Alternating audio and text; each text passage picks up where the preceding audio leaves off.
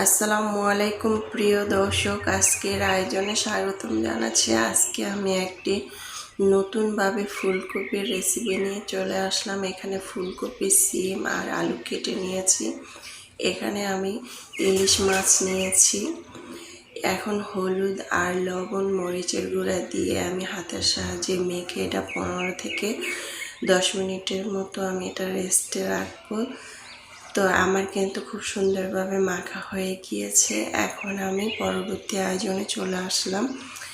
এখন চুলায় একটি প্যান বসিয়েছি। এখানে আমি পরিমাণ মতো তেল দিয়ে দিলাম। দিয়ে তেলটাকে গরম করে এখানে 1 চিমটি লবণ ছিটিয়ে দিয়ে আমি মাছটাকে ভেজে নেব হালকা করে। বেশি কড়কড়া করা যাবে না, কারণ যেহেতু মাছটা রান্না করব তাই আমি হালকা করে একটু ভেজে নেব। ইলিশ মাছ রান্না করলে একটু হালকা ভাজলে কিন্তু খেতে খুবই ভালো লাগে। তো চুলার আঁচটাকে এ পর্যায়ে আমি হালকা করে রেখেছি, বেশি বাড়ানো যাবে না, নাহলে পুড়ে যাবে।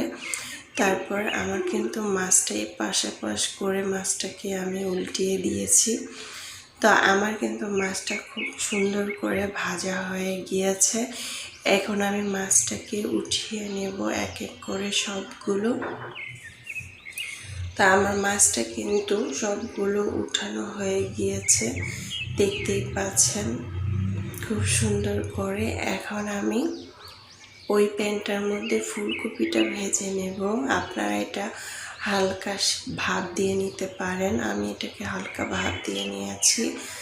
এখন আমি একটু হালকা করে ভেজে নেব, কারণ ফুলকপিটা যদি আমরা হালকা করে ভেজে নেই তাহলে কিন্তু খুবই টেস্টি হয়। আজকে আমি যেভাবে রেসিপিটা করছি, এই রেসিপিটা যদি প্রথম থেকে শেষ পর্যন্ত আপনারা স্টেপ বাই স্টেপ ফলো করেন তাহলে কিন্তু তরকারিটা রান্না করলে পারফেক্ট তরকারি হবে এবং খুব মজা হবে ভাত খেতে, গরম গরম ভাত দিয়ে। তো আমার কিন্তু ফুলকপিটা খুব সুন্দর করে ভাজা হয়ে গিয়েছে। এখন আমি এক এক করে ফুলকপিটাকে উঠিয়ে নিচ্ছি। তারপর আমি এখন দিয়ে দিব আলুগুলো ওই প্যানটার মধ্যে। আলুগুলো আমি হালকা করে ভেজে নেব। চুলার আঁচটাকে কমিয়ে আমি আলুগুলো ভাজবো, কারণ পুড়ে যেতে পারে। তো আমি আলুর সাইজগুলো এভাবে কেটে নিয়েছি। আপনারা চাইলে আর একটু লম্বা বা মোটা করে কাটতে পারেন। আমি এভাবে কেটে নিয়েছি। তো এপাশ ওপাশ করে আমি আলুটাকে ভেজে নিচ্ছি। এখানে আমি হালকা একটু পরিমাণ 1 চিমটি লবণ দিয়েছিলাম। তারপরে আমি এখন সবগুলো আলু উঠিয়ে নিব।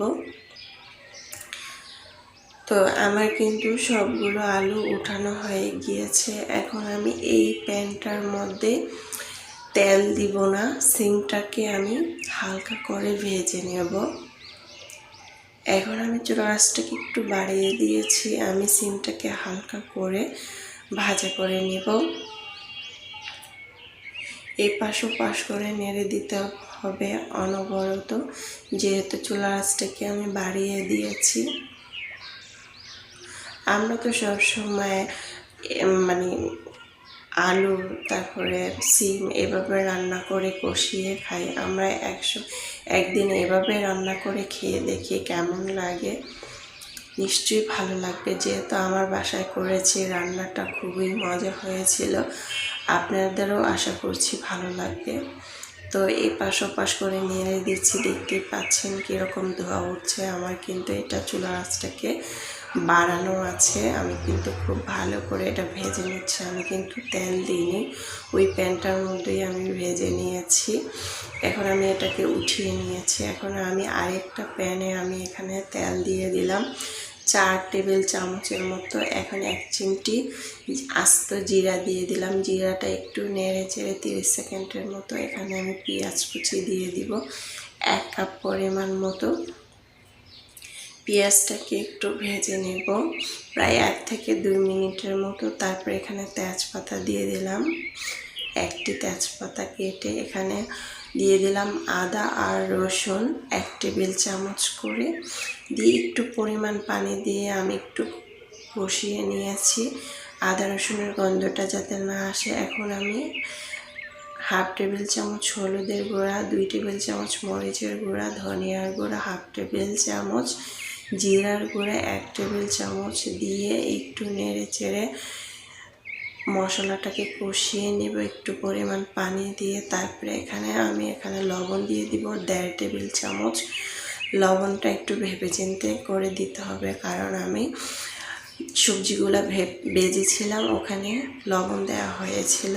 তো মশলাটাকে আমি অনবরত নেড়ে চেড়ে কষিয়ে নিয়েছি প্রায় 3 থেকে 4 মিনিটের মতো।